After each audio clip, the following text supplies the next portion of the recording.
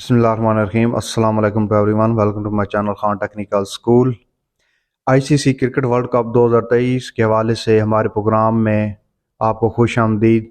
और हम बात करेंगे पाकिस्तान के मैच के बारे में जो कि कल ऑस्ट्रेलिया और पाकिस्तान का था। पाकिस्तान ये मैच हार चुका है, दूसरा मैच ये हार चुका है वर्ल्ड कप का। और इसके बारे में बात करेंगे। हमारे साथ हमारे मेहमान मौजूद हैं सैयद हमदानी साहब, तो इनसे इनकी राय जानेंगे और पूछेंगे इनसे कि मैच में कौन कौन सी गलतियां इनकी नज़र में हुई और मज़ीद बेहतरी के लिए पाकिस्तानी टीम को क्या करना चाहिए।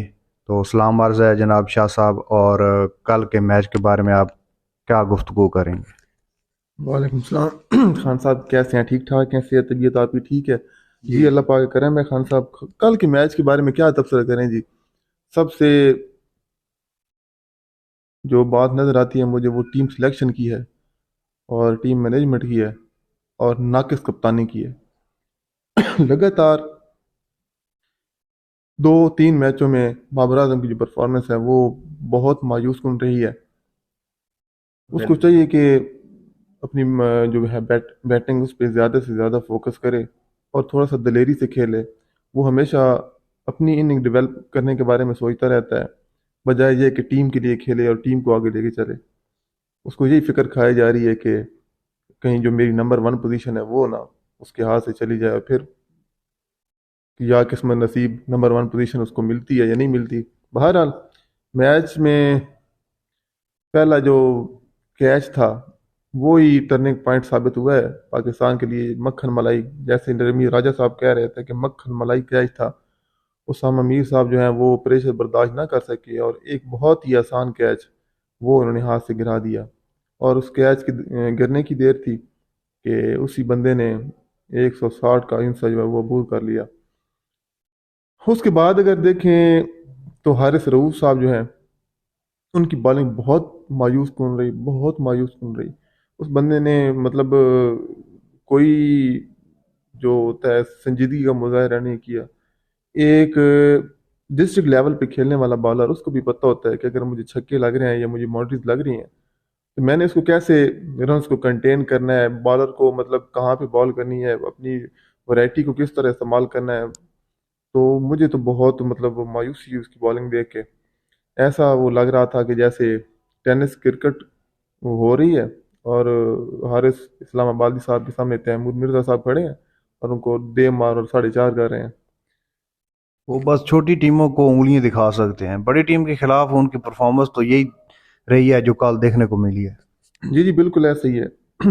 अगर आपके पास पेस है तो पेस के साथ आपको अक्ल भी इस्तेमाल करना चाहिए कि अगर आपने पेस को कहाँ यूज़ करना है, लेंथ को कहाँ मेंटेन करना है। उसके बाद इंतहाई नाकिस सिलेक्शन, नाकिस कप्तानी। शादाब खान को ड्रॉप किया गया था। हमारे समेत काफ़ी जो लोग हैं वो इस बात पे बज़िद थे कि शादाब खान को ड्रॉप करके तो भाई साहब को लाया जाए, उसामा मीर साहब जो पर्ची हैं, मुझे तो लगते ही हैं पर्ची हैं, बल्कि इस टीम में 3-4 बहुत नामी गिरामी पर्चियाँ खेल रही हैं। तो उसामा मीर साहब जो है उनको मतलब वो, मेरी ख्वाहिश तो ये है कि ये उनका आखिरी इंटरनेशनल मैच होना चाहिए, मजीद मौका उनको नहीं देना चाहिए। अच्छा शाह जी, बॉलिंग के हवाले से तो हो गया, बैटिंग के हवाले से क्या कहना चाहेंगे? ओपनर्स ने अच्छा स्टार्ट दिया लेकिन फिनिश हम नहीं कर पाए। अच्छा खान साहब, ये है कि सुबह भी मतलब हम बहस इसी बात पे कर रहे थे कि जो पाकिस्तानी ओपनर हैं वो काफ़ी मतलब डर के खेलते हैं, ज़रूरत से ज़्यादा एहतियात करते हैं। अगर 20 ओवर ये खड़े रहें ओपनर, अगर इनकी जगह 20 ओवर जो है बांग्लादेश के ओपनर भी खड़े रहते तो जो पिच की सूरत हाल है इसके हिसाब से उन्होंने पौने 200 स्कोर कर जाना था चेस करते हुए, और जबकि आपके पास 10 विकेटें उस वक्त रहती थी। तो ओपनर ने बाहर आले एक अच्छा स्टार्ट दिया, इससे ज़्यादा अच्छा हो सकता था। तो एक वक्त तो ये भी आया कि 72 बॉलों पे मेरे ख्याल में 103 रन रहता था। जी। तो ये, और आपके पास 6 विकेट्स भी आपके पास इन हैंड थे। तो यहाँ पे मैच 70-80% पाकिस्तान के हाथ में था। अगर ये नब्ज को कंट्रोल रखते تو اگر اور وکٹ نہ دیتے اور چیزوں کو پھر مزید قریب لے کے جاتے، مگر جیسے کہ آپ دیکھ رہے ہیں نا 72 بالز پہ 103 رنز، اور یہ اس کو یہاں پہ لے آتے کہ 40 بالز پہ 70 رنز ہوتے یا 65 70 اتنے رنز ہوتے، تو آرام سے ایزیلی اگر آپ کے پاس وکٹ ان ہینڈ ہوتی تو آپ اس کو کنٹین کر سکتے تھے۔ تو یہاں پہ بھی مجھے جلد بازی دیکھنے میں آئی، اور یہ اپنی نبض ہیں اس کو انہوں نے کنٹرول نہیں کر سکے۔ مڈل آرڈر نے جب سے ورلڈ کپ شروع ہوا ہے ہمیشہ مایوس ہی کیا ہے انہوں نے۔ تو اوپنرز اچھا سٹارٹ دے جاتے ہیں، اگر اوپنرز آؤٹ ہو جائیں تو مڈل آرڈر کچھ نہیں کر پاتا۔ بابر اعظم جو ہیں وہ ایک تو میرے خیال میں ان پہ کپتانی کے پریشر کی وجہ سے ان کی اپنی پرفارمنس جو ہے وہ ڈسٹرب ہو رہی ہے۔ خان صاحب، یہ بحث تو کافی ورلڈ کپ سے کافی پہلے سے چل رہی ہے۔ لوگوں نے مطلب اس بات پہ بابر اعظم کی محبت میں بہت زیادہ مطلب اس چیز کو نیگیٹو لیا کہ جو بابر اعظم ہیں ان کو اپنی بیٹنگ پہ توجہ دینی چاہیے بجائے کہ ان پہ کپتانی کا پریشر ڈالا جائے۔ آپ دیکھ رہے ہیں کہ کوہلی جب وہ کپتانی میں اس پہ مطلب کپتانی کا پریشر آیا تو اس کی جو اپنی پرفارمنس تھی وہ بہت زیادہ گر گئی تھی۔ تو بی سی سی آئی نے مطلب اس چیز کو دیکھا سنجیدگی سے اور کپتانی ان سے منتقل کی روہت شرما کو، تو آج دیکھیں اب وہ لگاتار رنز کر رہے ہیں، اپنی فارم میں واپس آ چکے ہیں۔ تو بابر سے کپتانی لے لینی چاہیے تھی، اور اماد وسیم ایک اچھا نائب کپتان یا کپتان ہو سکتا تھا۔ باقی جو مطلب ہم سے بہتر جاننے والے ہیں ہم تو صرف رائے دے سکتے ہیں۔ نہیں، رضوان میرے خیال میں اس کو اگر آپ دیکھیں پی ایس ایل میں تو انڈر پریشر وہ کپتانی کو جو ہے نا اچھی کر لیتا ہے۔ تو رضوان کے بارے میں کپتانی کے حوالے سے کیا کہنا؟ دیکھیں جی، بات یہ ہے کہ رضوان نے بہت زیادہ متاثر کیا ہے مجھ سے، میں جو تھوڑے بہت کرکٹ کے جاننے والے ہیں وہ باریک چیزوں کو دیکھتے ہیں، تو رضوان جس طرح اس نے وکٹ کو مطلب ہاتھ میں رکھ کے اور جس طرح اس نے ذمہ داری سے کرکٹ کے یہ میچز کھیلے ہیں، تو یار میں تو اس بندے کا فین ہو چکا ہوں بہت۔ پہلے میں بھی مطلب اس کے بارے میں تھوڑی سی ریزرویشن رکھتا تھا کہ اس کے پاس شاٹس نہیں ہے، وہ 360 کا پلیئر نہیں ہے، اور مخصوص شاٹس کھیلتا ہے، اور مطلب اتنا جس طرح کے ایک اوپنر کو ہونا چاہیے یا وکٹ کیپر کو ہونا چاہیے، ایک 360 لیول پہ ہٹس مارنے والا اور مطلب پنچ ہٹنگ کرنے والا۔ لیکن اب تو میں اس بندے کا بہت فین ہو چکا ہوں۔ ہاں، وہ بہت سنجیدگی سے کرکٹ کو لیتا ہے، کھیلتا ہے، میچ میں ذمہ داری کا مظاہرہ کرتا ہے، اور اچھا ڈیسیجن میکر ہے۔ ٹھیک ہو، تو اب نیکسٹ میچز جو ہیں پاکستان کے وہ بڑی ٹیموں کے خلاف ہیں، لائک انگلینڈ، ساؤتھ افریقہ، یہ دو بڑے میچز ہیں۔ اور اس کے علاوہ دو میچز جو ہیں وہ بنگلہ دیش اور افغانستان کے ساتھ بھی ہے۔ تو یہ دو بڑے میچ اور دو چھوٹے میچ کر لیں اگر ہم، افغانستان کو بھی ایزی نہیں لینا چاہیے میرے خیال میں۔ اگر یہ 5 میچ رہتے ہیں اب پاکستان کے، اگر ان میں سے پاکستان 2 جیتا ہے 3 جیتا ہے تو اس کے چانس بن سکتے ہیں سیمی فائنل کے لیے۔